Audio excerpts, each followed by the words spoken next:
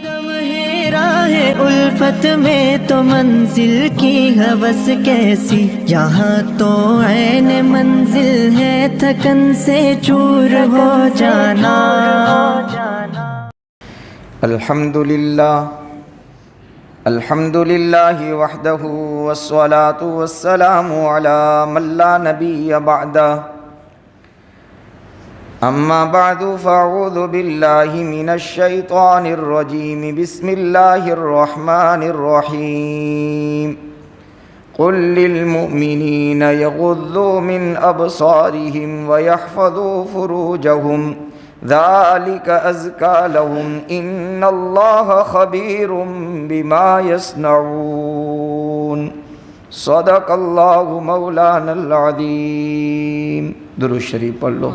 اللہم صل علی محمد کلما ذکرہ الذاکرون، صل علی محمد کلما غفل عن ذکرہ الغافلون۔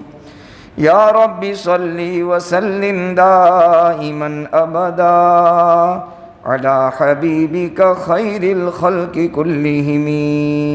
قابل احترام حضرات سامعین کرام، بزرگوں، عزیزوں اور دینی بھائیوں، ہمارا موضوع اور عنوان چل رہا ہے حفاظت نظر کے انعامات اور بد نظری کے نقصانات۔ پچھلی دو مجالس میں چند باتیں آپ کی خدمت میں عرض کی جا چکی۔ اللہ سے ہم سب مل کر دعا کریں، دین کی جو باتیں ہم نے سنی ہیں اور آئندہ سنیں گے، اللہ تعالیٰ اس پر عمل کرنے کی توفیق نصیب فرمائے۔ زندگی کا بہت بڑا حصہ میرا اور آپ کا دین کی بات سنتے سنتے سنتے اس حد تک ہم پہنچ چکے ہیں کہ اب اللہ کی ملاقات کے دن ہمارے قریب آ رہے ہیں۔ اس سے پہلے اللہ عمل والی زندگی نصیب فرما دے۔ نظر کی حفاظت کی اہمیت کیا ہے؟ قرآن اور حدیث کی روشنی میں یہ بات عرض کرنی ہے آج کی مجلس میں۔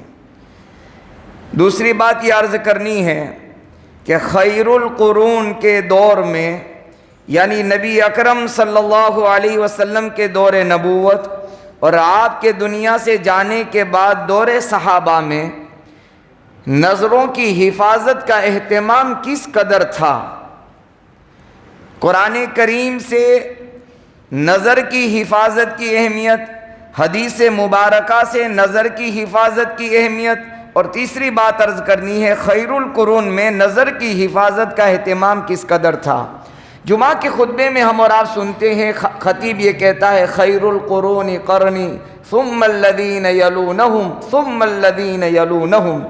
خطیب یہ کہتا ہے کہ نبی اکرم صلی اللہ علیہ وسلم نے ارشاد فرمایا، زمانوں میں سب سے بہترین زمانہ یہ میرا یعنی محمد صلی اللہ علیہ وسلم کا دور نبوت کا زمانہ ہے۔ پھر اس کے بعد دور صحابہ کا زمانہ بہترین زمانہ تھا۔ پہلی بات، نظر کی حفاظت کی اہمیت دیکھو، اللہ تعالیٰ نے قرآن کریم میں، یہ قرآن آج ایک کسی کے انتقال کے موقع سے تعزیتی مجلس تھی، اس میں نے یہ سامعین سے عرض کیا تھا کہ اس وقت نبی کی شان میں گستاخی کا دور چل رہا ہے۔ کاش کہ یہ ہمارے آقا محمد الرسول اللہ صلی اللہ علیہ وسلم کو پہچان لیتے تو ایسا ہرگز نہ کرتے۔ اور میں نے ایک بات اور عرض کی کہ جہاں مجرم وہ ہیں، قصوروار وہ ہیں، وہاں ہم بھی برابر کے قصوروار ہیں۔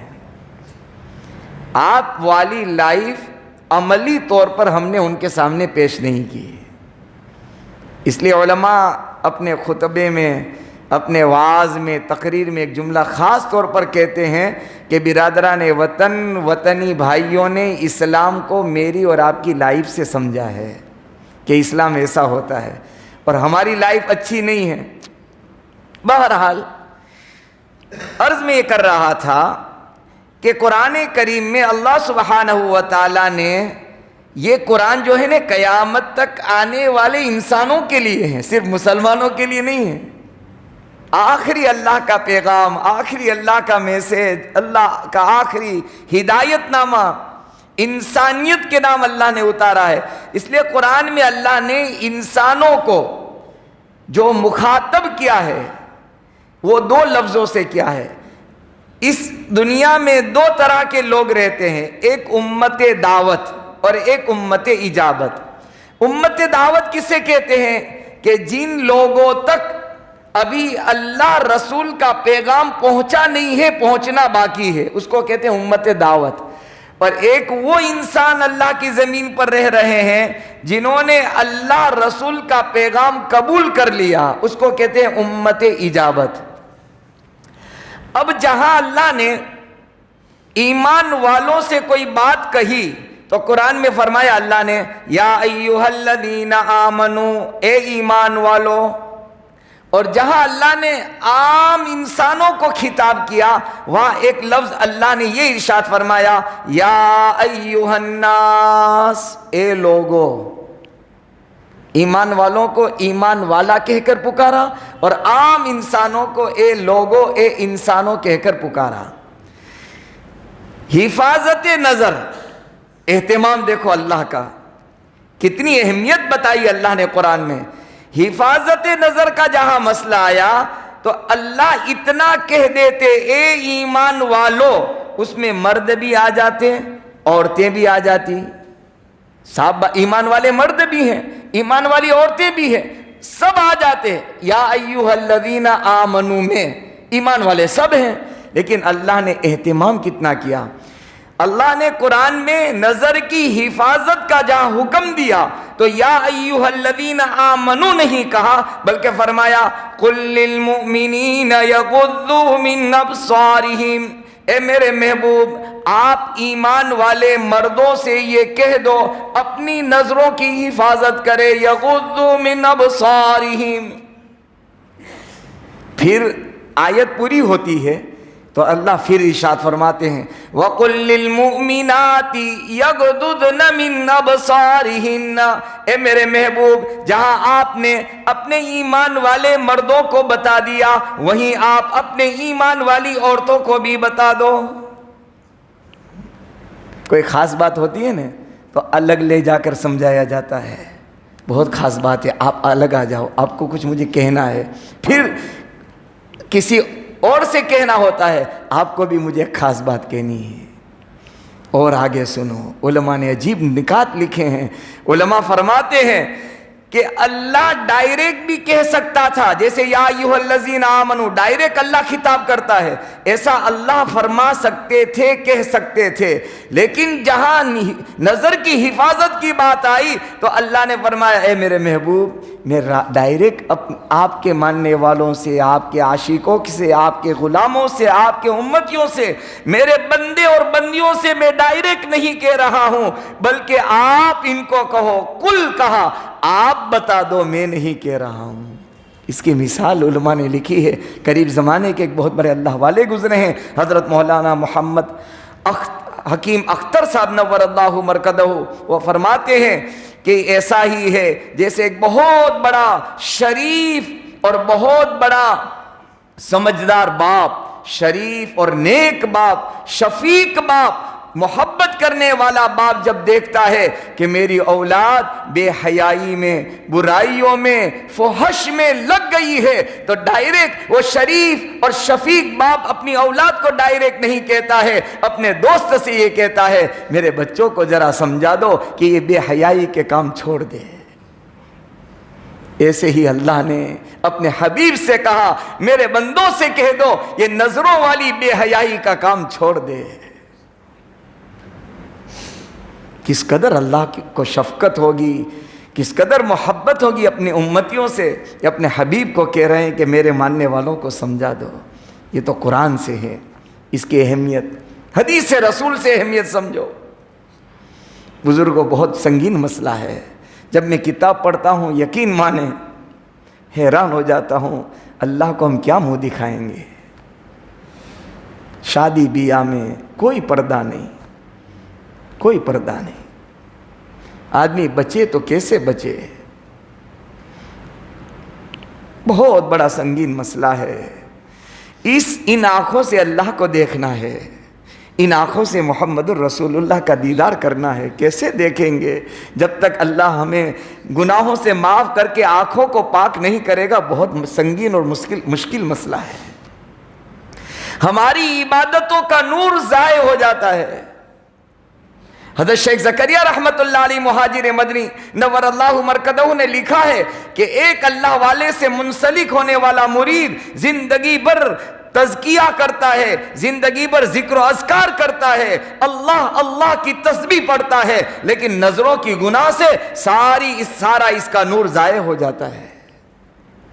ہم بھی تو اللہ اللہ کہتے ہیں نمازوں میں, تسبیحات میں, باہر گئے تو ہمارا نور ختم ہو گیا, نور ایمانی ختم ہو جاتا ہے.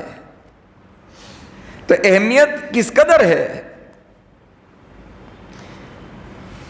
ایک حدیث ہے صحیح بخاری شریف جلد اول کے اندر,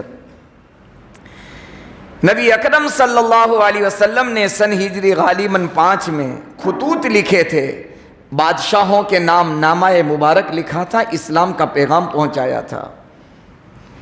ان خطوط میں ایک خط لکھا, نامہ مبارک لکھا ملک روم کے بادشاہ ہرقل کے نام. اس خط کو جب روانہ کیا, اتفاق سے ملک روم کا بادشاہ کچھ نظر کو پورا کرنے کے لیے بیت المقدس کے سفر میں تھا. اللہ تعالیٰ بیت المقدس کی بھی حفاظت فرمائے. وہاں کے رہنے والے فلسطینی مظلوم بے سر و سامانی میں زندگی گزارنے والے نہت کمزور ان فلسطینی مسلمانوں کی بھی اللہ مدد فرمائے. بیت المقدس کے سفر میں تھا یہ ہرقل شاہ روم کا بادشاہ. تو آپ کا جو قاصد پہنچا تھا اس نے اس ملک شام کا بڑا ایک شہر بصرہ, جہاں کے حسن بصری رحمت اللہ علیہ رہنے والے تھے, تو بصرہ کے بادشاہ کے واسطے سے ہرقل کے پاس یہ خط پہنچا. ہرقل نے خط دیکھا, پڑھا, سارا مضمون پڑھا, اسلام کی دعوت تھی اس میں. تو پوچھا, اپنے حواریین سے پوچھا, پارلیمنٹ کے ممبروں سے پوچھا, وزیروں سے پوچھا, یہ خط کہاں سے آیا ہے اور کس نے بھیجا ہے؟ تو کہ ملک عرب مدینہ منورہ سے آیا ہے اور محمد بن عبداللہ محمد الرسول اللہ نے بھیجا ہے صلی اللہ علیہ وسلم. کوئی بات نہیں. خط پڑھنے کے بعد کہا کہ خط میں جو لکھا ہے اس کی تصدیق کے لیے کہ یہ خط کیسا ہے, کس نے لکھا ہے, خط پڑھنے کے بعد سب سے پہلے یہ دیکھنا چاہتا ہوں کہ خط لکھنے والا کیسا ہے. لہٰذا تم تلاش کرو. ہمارے ملک کے شام کے اندر اس وقت اس عرب کا کوئی قافلہ آیا ہو, وہاں کے کوئی لوگ آئے ہوں, میں ان کو بلا کر اس کی انکوائری کرنا چاہتا ہوں کہ خط لکھنے والا آدمی کیسا ہے. تلاش کی, جستجو کی, تو پتہ چلا کہ ہاں اس وقت عرب کا ایک قافلہ ابو سفیان کی رہبری میں, امارت میں, سرکردگی میں ملک شام بزنس اور تجارت کے لیے آیا ہے کہ قافلے کے امیر کو بھی بلاؤ اور پورے قافلے والوں کو بلاؤ, مجھے کچھ سوالات کرنے ہیں. بتانا یہ چاہتا ہوں نظروں کی حفاظت کی اہمیت محمد الرسول اللہ صلی اللہ علیہ وسلم کی نظر میں کیسی تھی. پوچھا, جب پورا قافلہ آیا دربار میں, ہرقل شاہ روم نے پوچھا ابو سفیان سے کہ آپ کہاں کے رہنے والے؟ کہا مکہ کا رہنے والا ہوں. کہا کہ میرے پاس ایک خط آیا ہے جس میں لکھا ہے کہ محمد بن عبداللہ محمد الرسول اللہ کی طرف سے یہ خط ہے, آپ ان کو جانتے ہو؟ تو کہ ہاں میں محمد بن عبداللہ کو جانتا ہوں صلی اللہ علیہ وسلم, میں ان کو جانتا ہوں. کہا کہ وہ ما یامرکم, لمبے سوالات ہیں, مجلس ہماری مختصر ہوتی ہے. اس سے پہلے میں نے جھوٹ کے باب میں یہ واقعہ سنایا تھا آپ کو کہ ابو سفیان کے پاس موقع تھا کہ نبی کی شان میں غلط بات کہنے کا, غلط بات منسوب کرنے کا چانس تھا, اس لیے کہ شاہ روم ہرقل کے دربار میں ابو سفیان اور ان کے سامنے سارے ماننے والے کافر تھے اور سارا دربار کفر والا تھا. کوئی آپ کی فیور اور تصدیق کرنے والا نہیں تھا۔ اس وقت ابو سفیان نے یہ کہا تھا کہ میرے لیے موقع تھا کہ آج محمد بن عبداللہ محمد الرسول اللہ کے بارے میں جھوٹ کہہ سکتا تھا، لیکن جھوٹ جو ہے ہمارے یہاں اسلام سے پہلے بھی ناپسندیدہ تھا۔ کفر کی حالت میں بھی ہم کبھی جھوٹ نہیں بولتے تھے، ہم تو مسلمان ہو کر جھوٹ بولتے ہیں۔ اللہ معاف فرما دے مجھے اور آپ۔ اس وقت یہ روایت آئی تھی۔ آج مجھے کچھ اور بات عرض کرنی ہے۔ وہی موقع تھا شاہ روم کے سامنے، بہت سارے سوالات تھے اس میں۔ آخری سوال شاہ روم ہرقل، روم کے بادشاہ کا یہ تھا، ما یامرکم، تم کو وہ کس بات کا حکم کرتے ہیں محمد بن عبداللہ جو یوں کہتے ہیں کہ میں محمد الرسول اللہ ہوں صلی اللہ علیہ وسلم، کس بات کا حکم کرتے ہیں؟ ابو سفیان نے کہا پہلا حکم تو یہ کرتے ہیں کہ اللہ کے علاوہ کسی کی عبادت نہ کرو، عبادت صرف ایک اللہ کی شایان شان ہے، اور اپنی رسالت کا پیغام دیتے ہیں کہ میں اللہ کا رسول اور نبی بنا کر بھیجا گیا ہوں اور آخری نبی ہوں۔ پھر 4 باتیں کہی کہ وہ 4 باتوں کا حکم کرتے ہیں۔ پہلی بات یہ کہتے ہیں کہ نماز قائم کرو۔ آج ہمارا حال نماز میں کیا ہے؟ پہلی تعلیم نبی کی مکہ والوں کے نام یہ تھی کہ نماز قائم کرو۔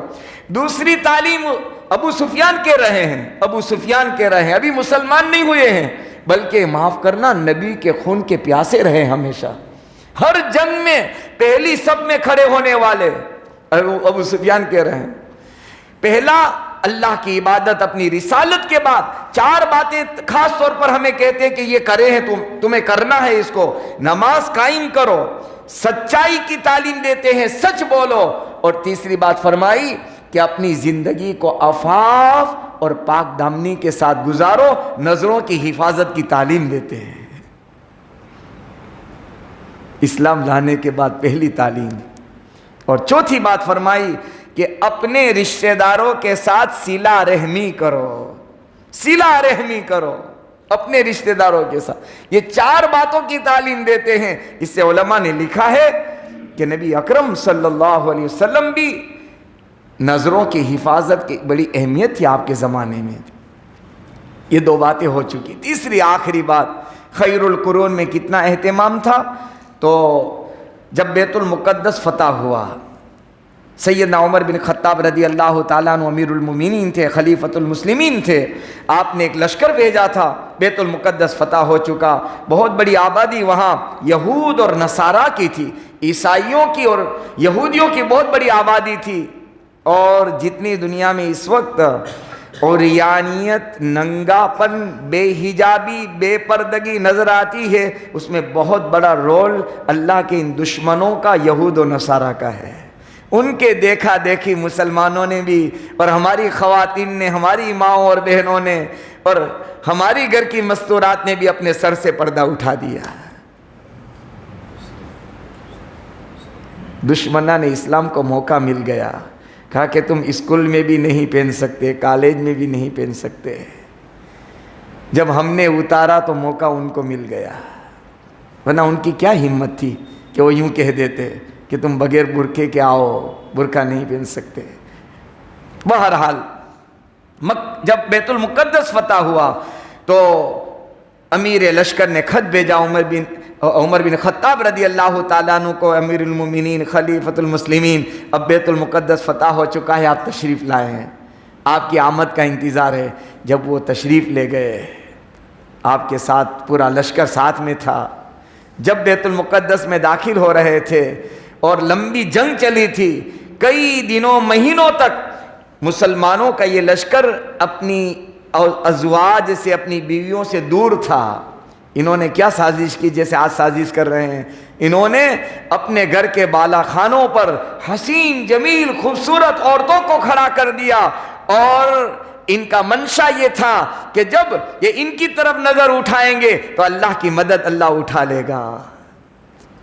لیکن عمر بن خطاب کی ایمانی فراست نے دیکھ لیا کہ ہم امتحان میں پڑھنے والے ہیں، آزمائش میں مبتلا ہونے والے ہیں، فوراً جب دیکھا کہ اللہ کے دشمنوں نے بہت بڑا ہتھیار استعمال کر دیا ہے، اپنے گھروں کی بالا خانوں پر اور بالکنیوں پر اپنی حسین جمیل خوبصورت عورتوں کو بغیر پردے کے اور کم کپڑوں کے اندر کھڑا کر دیا ہے، عمر بن خطاب رضی اللہ تعالیٰ عنہ نے قرآن کی آیت پڑھی، قُلْ لِلْمُؤْمِنِينَ يَغُضُّوا مِنْ أَبْصَارِهِمْ وَيَحْفَظُوا فُرُوجَهُمْ ذَلِكَ أَزْكَىٰ لَهُمْ إِنَّ اللَّهَ خَبِيرٌ بِمَا يَصْنَعُونَ۔ اے میرے ساتھیوں، اے نبی کے ماننے والوں، اے ایمان والوں، اپنی نظروں کی حفاظت کر لو، اپنی شرمگاہوں کی حفاظت کرو۔